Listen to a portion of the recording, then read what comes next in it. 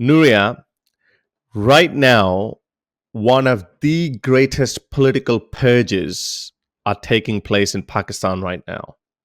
Pakistan is supposed to be a democracy. I'm quote unquote supposed to be a democracy, but it is not behaving like one. And we've always said that Pakistan is a proto democracy. We all know what happened to Imran Khan. Imran Khan was also a stooge of the army. It's like an army and parliament nexus, and they pretend to be a democracy, but they're not. That's not how democracies work. Pakistan's powerful military call the shots. They are the ones who run the country. They form the foreign policy. They decide what kind of relationships they're going to have with India or America. The prime minister basically I'm not going to say he's absolutely a puppet. They do formulate their own economic policy, etc. But on major issues, they can't form their, let's just say, foreign policy independently. And I think one of the biggest undoings of Pakistan is the fact that Pakistan has not been able to develop good relationships with its neighbors, especially India.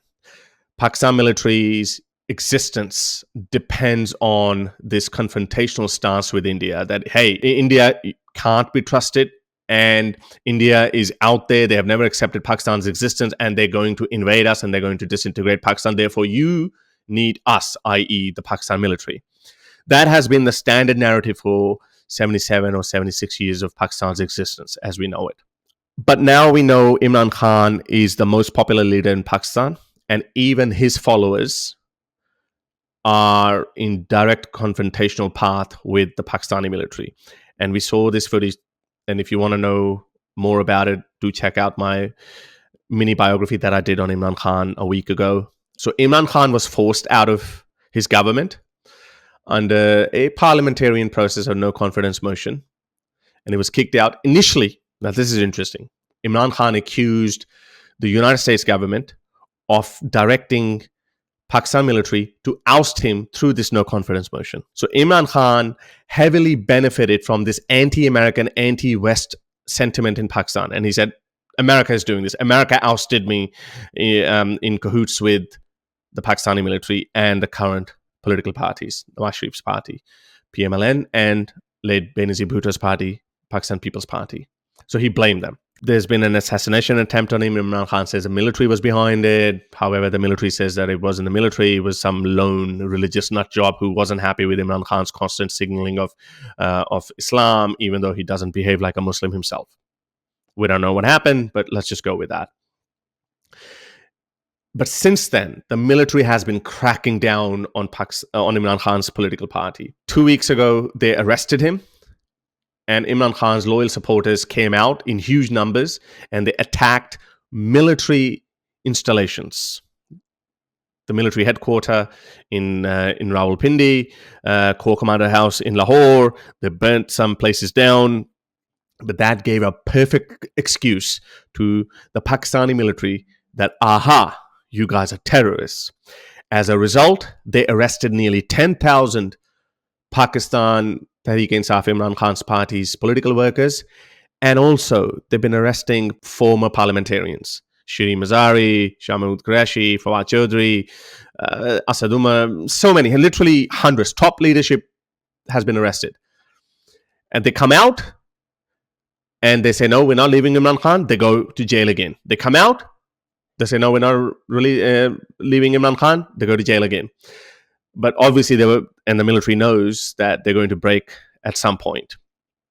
So they have now started leaving Imran Khan. Under the threat of their lives, they are leaving it. We have received reports that these former ministers, parliamentarians are saying that, oh, look, they are threatening us, that we will arrest your daughters, we will arrest your sons, etc. And we know what happens. They go to jail and then all kind of terrible things happen. This is the only difference between Stalin's purges and this purge is they're literally not shooting them in the head. That's it. That's the only difference.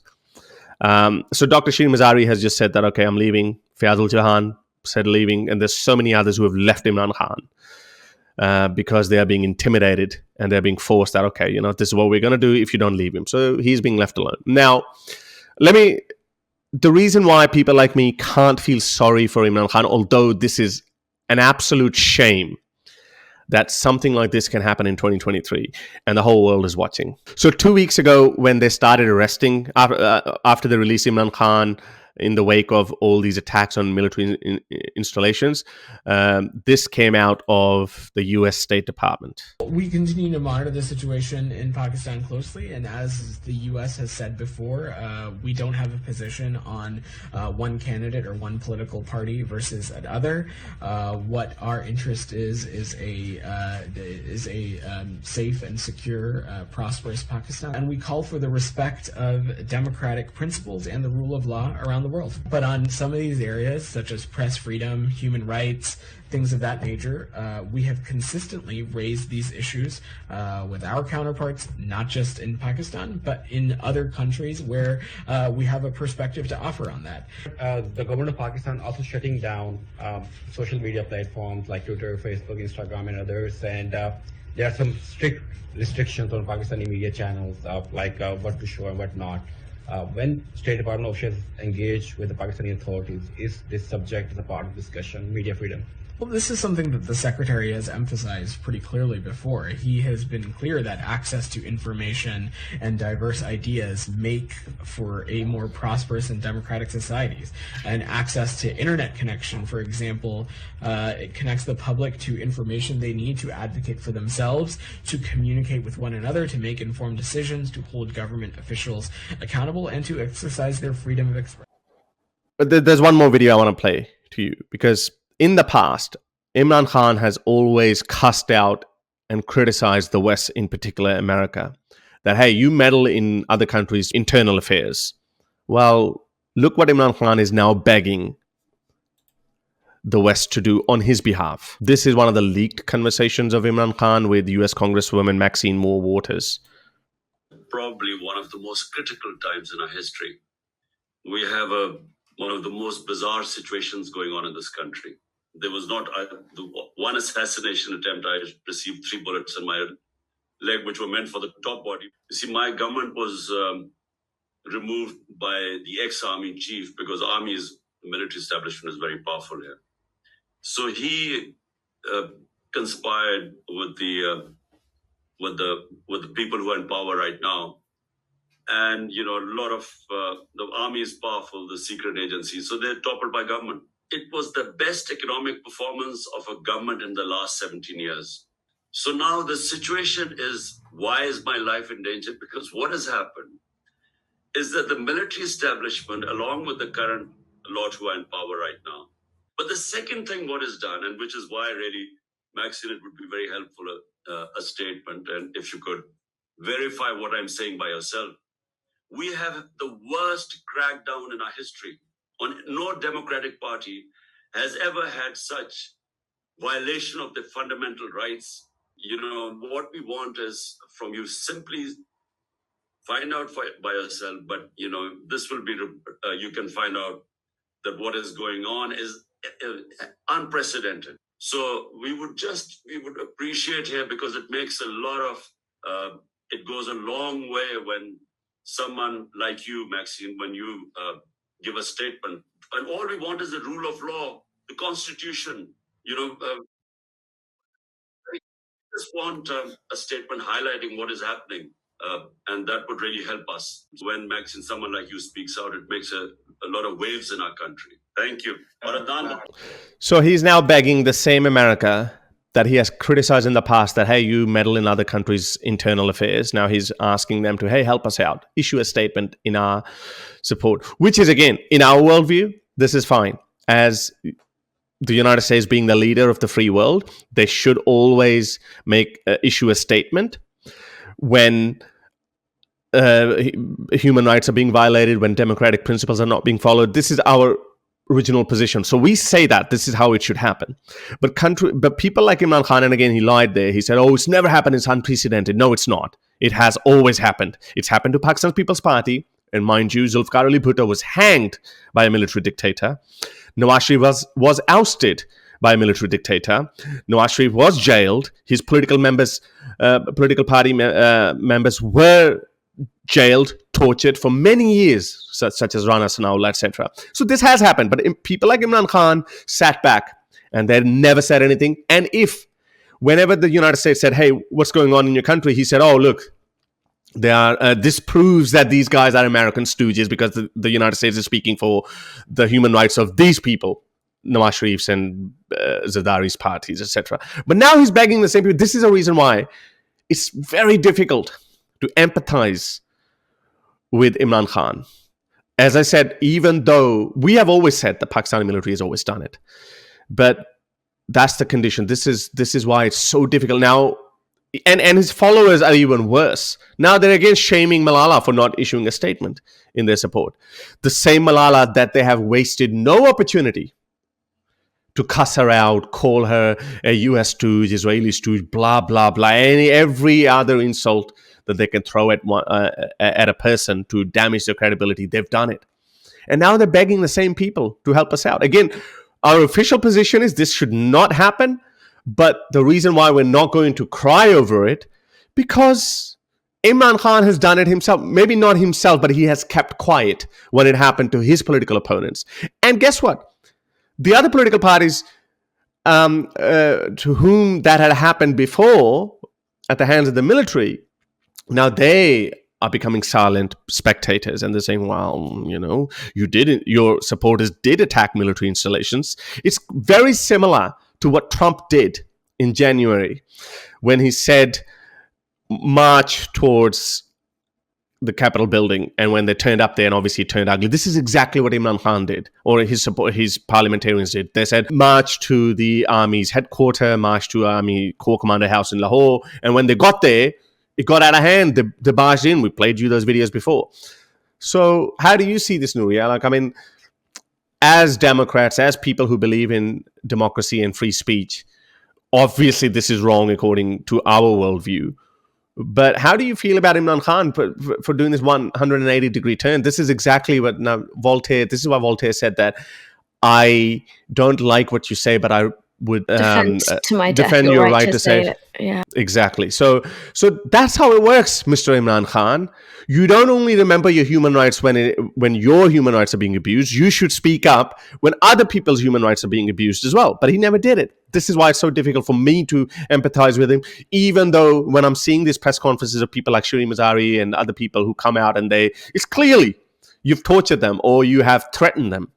The people who were only up until a week ago were so passionate in defending democracy in Pakistan, but now they're just totally broken because you've arrested their children.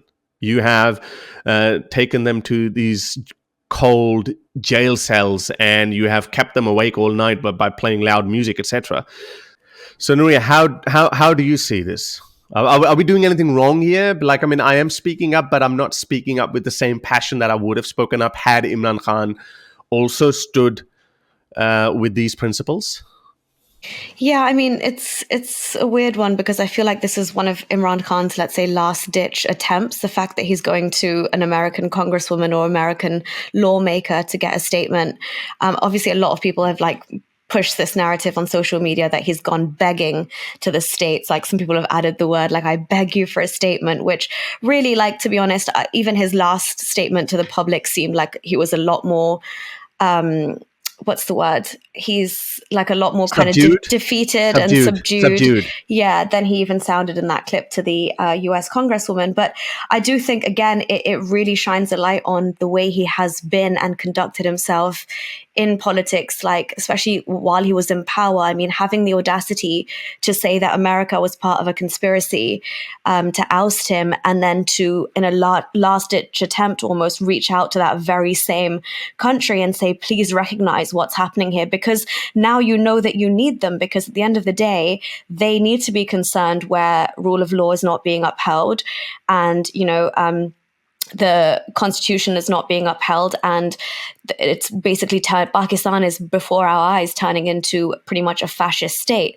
We always knew that the hierarchy of power in Pakistan was such that the military always reigned top, and they are the top dog. And the fact that Imran Khan has gone against them, like, you can just see the extent to the power that they hold vis-a-vis what any former prime minister or any even prime minister in office holds compared to them. So yeah, what we're seeing is, honestly, it's disgusting from a human rights perspective. Arresting politicians, we don't know what's happening behind behind bars or behind closed We doors. have a pretty good idea. Exactly. And also, like, whether it's the military themselves and how much power they exert, or whether it's Pakistani police following orders, Pakistani police have such a bad human rights record when it comes to police brutality and torture and things like that. So these are already issues that the UN have called us up on, and say that we should be barred from the Human Rights Council, Including during Imran Khan's government. Yeah, exactly. Human rights records we've spoken about at length, and then one of the ministers, Human Rights Minister Dr. Shiri Mazari, who just left Imran Khan's political party under threat because she was arrested 4 times, even though the court said that release him. But that was happening during Imran Khan's time as well. This is why it's troubling. Like it's like a boy who cried wolf. Yeah, precisely. And not just that, but what you were talking about as well. For example, when these opposition parties were getting jailed left, right, and center, when the shoe was on the other foot, Imran Khan was very much cheering from the sidelines, and he was very much okay with it happening. But you just see what he plays to certain cards, which he kind of uses to, I think it's just part of his populist narrative. He's really good at riling up the masses. So he'll throw in the Islamophobia card. I mean, the speech that he gave about, our society at the very least, like, you're doing this to women. How dare they do this to our women? And like, every one of you should come out and speak against it. Now that's going to tug at anyone's heart. That tugs at my heart as a feminist. I'd be like, yeah, I completely get you. But where were you? Where were you when the same thing was happening to women of the PPP or the PMLN or any other party? March. Exactly. Yeah. Exactly.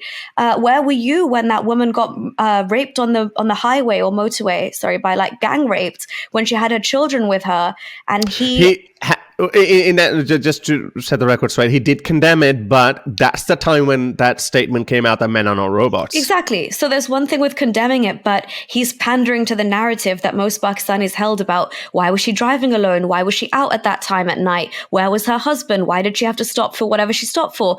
And he did not condemn that narrative whatsoever. So from a genuinely honest human rights perspective, of course we need to call out what's happening in Pakistan. But yeah, it's very, very disheartening to know that he only does it when it suits him. So he is very, very good at pandering to the kind of emotions and like the need of the hour for whatever would rile people up to do what he wants.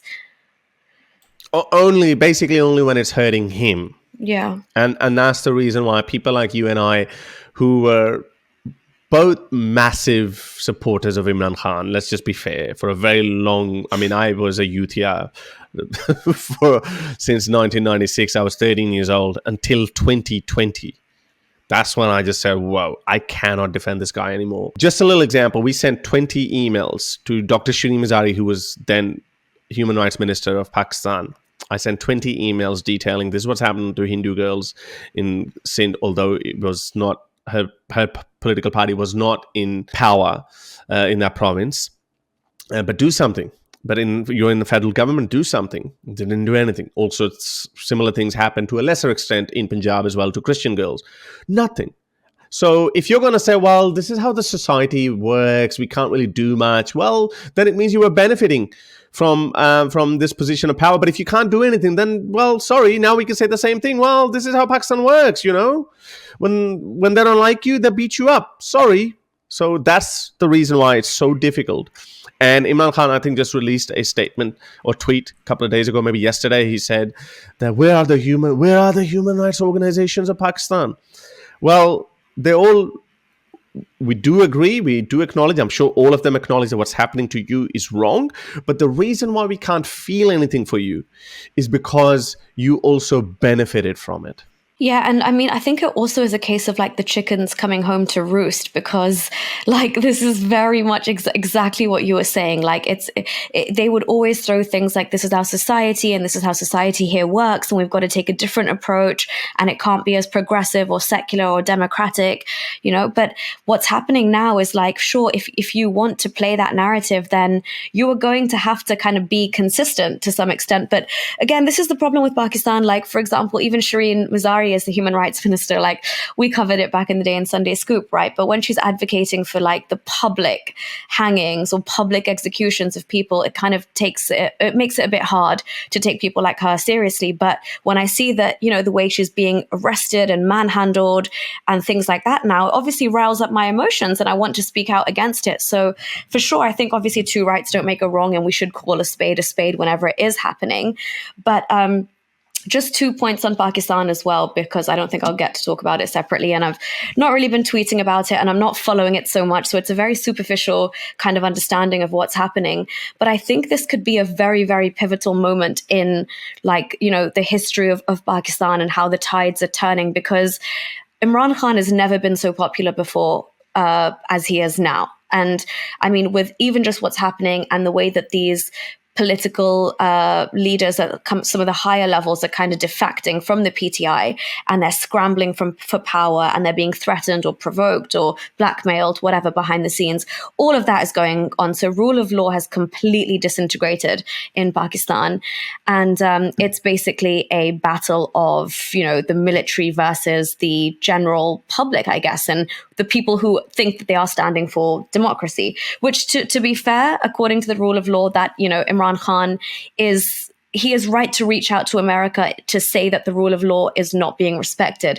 Having said that, Pakistan, as we know, as a nation, was created almost like as a security state nation, and the army was such a pivotal part that we kind of never really got over how much importance we had to give to them and how much they were required for the forming of Pakistan. I think this is like a hang up that we've always had. They've never been able to kind of rectify and subdue their power into a more of a democratic framework. So you've always had these hierarchies that plays. But what's interesting now is that because Imran Khan is so popular, I wonder what their next move is going to be, because given the Pakistani state, like you're saying, they've hung prime ministers in the past, they've assassinated prime ministers in the past. I think doing something like that to Imran Khan could genuinely, now I actually got worried, because people are talking about the fact that Pakistan could split. It could split into 3 provinces. It could be outright civil war. So would the army or military be as silly as to do something like that? Or no, they could arrest him and pacify him for a while. But a lot of people, I think it's going to be latter. It's going to be the latter, what you said. Okay. Yeah, possibly. I mean, that seems like the more sensible, if there's any sensibilities left in what's happening. But that seems like the most sensible approach. But also, some people who, you know, claim to have intelligence from inside Pakistan are saying that what they think is going to happen is that they're going to prompt someone like, let's say, Bilawal or somebody from the PPP, like senior leadership up, and then. Because basically, if you think about the Pakistani People Party as opposed to the PTI, where Imran Khan, I think, really kind of went wrong was he got a little bit too gassed up about this whole Islam thing and Islamophobia and being the leader of the Muslim Ummah. So that's kind of backfired, because the army is like, hey, even we're not like this into it as you are. So where in the PPP they have a party who's also willing to accept the army for the power that they have. They're also willing to subdue the the Islamic mullahs and the imams and stuff of Pakistan, and they're also willing to engage with America. So that's like the perfect foundation for the military to deal with. And I think then if the push comes towards understanding that Pakistan's constitution is genuinely it's untenable the way it stands. So the fact that if there's going to be an entire overhaul of that, and Imran Khan I'm talking about in the grand scheme of Pakistani history, if Imran Khan needed to be the catalyst to at some level get our constitution changed, then not even metaphorical, my literal hat off to him for that, because that's like a knock-on effect of what's happening. But I think the end goal, if the constitution is changed, that's like a win. But yeah, currently it's chaos. But even that's not going to happen, Nuria. That is one One can element of hope. what you. Yeah. Yeah, what that's one element of you said, and you rightfully said that is untenable. Pakistan's 75 years of existence was untenable, and this is why we're seeing what we're seeing. You play with Islam, but not entirely, just a little bit wherever it suits you. Military generals drink alcohol, eat pork, and travel the world, and they're corrupt as they get. But then also they use Islamist powers like TLP and even some other religious parties to, and obviously they've used them to do jihad in India. It was untenable. And even now what you're saying, if they create something else out of that and still not drop Islamic and Muslim entirely, even that's going to be untenable as well, because then they always say, what's the point of creating Pakistan if you were going to create a secular Pakistan? Because India was going to be secular. What was the point of it? So it is, the more I look into it, the more I realize why it has always been seen as a failed state. I know it hurts a lot of Pakistanis. I'm sorry, but it was always bound to fail. One last point, what you said just before, that Imran Khan is right to reach out to Human Rights Department. But again, one of the biggest reasons of why Pakistanis are so anti-American is because they think that, hey, you have this interventionist policy. But now you're begging America to intervene. You see that? Now, this is what I've always said. Like, all these countries, when they want to run amok, they say, America, stay out of it. And guess what? China is supposed to be Pakistan's best friend, and as Pakistanis believe that. China is saying nothing because China has a non-interventionist policy. China doesn't really intervene in internal affairs. And look, they're not intervening. They're not saying, hey, do this, do that. They don't. And this is the reason why Imran Khan is begging a U.S. Congresswoman. The U.S. State Department yesterday again highlighted that we are closely monitoring, but again, we can't pick a favorite political party because that's up to the people of Pakistan to decide who are their true representatives. I was just going to say that it's funny because if now that their leader Imran Khan has turned to America, who, like, he's poised himself against America, and like you said, their interventionist policies and, you know, their foreign policy and everything, he's always stood against it, and he's almost like, freeing yourselves from America is akin to freeing yourselves from mental, like the shackles of slavery, according to, what happened in Afghanistan. So imagine right now if Imran Khan is so popular and these people have a cult-like following for him in Pakistan, then technically right now, if their leader has reached out to America, the majority of Pakistanis would be in favor of America speaking out in favor of Imran Khan. But it's just the sheer hypocrisy of a population and a nation like this is, I struggle to see how you're going to, They've been conditioned this way, Nuria. Yeah. They have been conditioned this way. Every country that you look at, they always blame someone else for their own shortcomings. Every third world country you look at, we're this because India did this to us. Oh, we're like this because America did this to us. As I said earlier in this video, that the Balochistan province, Sindhi province, and a big portion of KPK province, Gilgit-Baltistan, and Kashmiris, all of these people don't like Pakistan Army. Only Punjab, which is 60% of Pakistan, liked Pakistan Army, but even they don't like Pakistan Army anymore. Now, the way they're purging the biggest political party in Pakistan, they're going to hate the Pakistan Army even more. And I've been watching Pakistani television. Pakistan Army are spending millions of rupees in their goodwill advertisement, like, we are the defenders of Pakistan, like proper military. You think that you're in North Korea or something, where God, it's so bad, Horace. When you go onto YouTube to try and find information, I click on the mainstream news, and it's like military parades and like the anthem and like showing all these soldiers that have given their lives to Pakistan. Yes. And I'm like, when is this? No, I'm genuinely waiting for it to finish to get like the news bulletin, and it goes on and on and on. It's wild. Because they know, Nuria, because they know that Pakistani public have never hated Pakistan Army like this before. And they think that this will fizzle out. And I don't think it's going to fizzle out unless they shake hands with Imran Khan, which I think it's not going to happen because Imran Khan is anti-army now, or at least in their minds, they're not going to let him come to power. But he's the people's choice. 60-70% of Pakistanis want him to be the prime minister. So I don't know how that's going to end well for Pakistan, because the Pakistani military is not going to relent.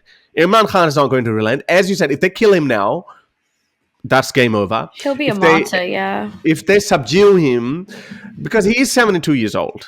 Let's just remember that. If they subdue him, keep him busy in these corruption cases or whatever for the next 4 or 5 years, who knows? You have within 4 or 5 years, you can recondition people's minds. Something else can happen. They can blame India for that, and then all of a sudden people would start liking India. They might do some false flag operations somewhere that, hey, look, India attacked us and we repelled them back. See, you need us. We're the guys.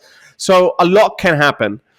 But at this point, I don't know how it's going to end well for Pakistan. Well, what also is a real issue that it's hardly it's so telling that there's something severely wrong in Pakistan, because the way that the military are using this being able to disconnect people from the internet and social media and blackouts at particular times.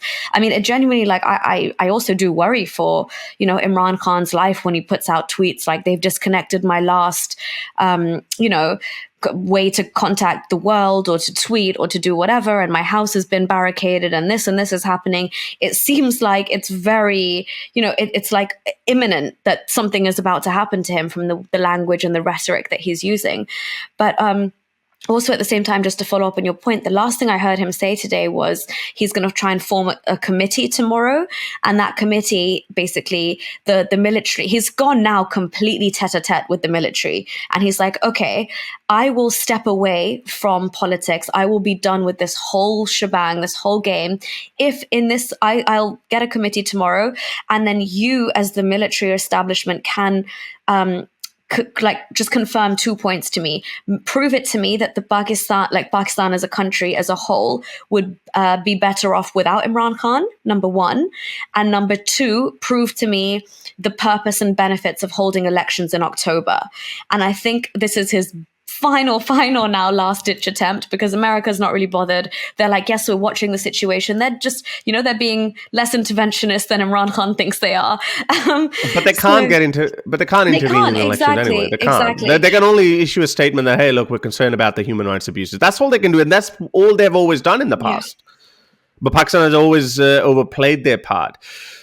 So yeah, I think we will keep you posted. Next couple of weeks are going to be very interesting. If you like these videos and want to support me in my activism, then you can support me on Patreon or PayPal.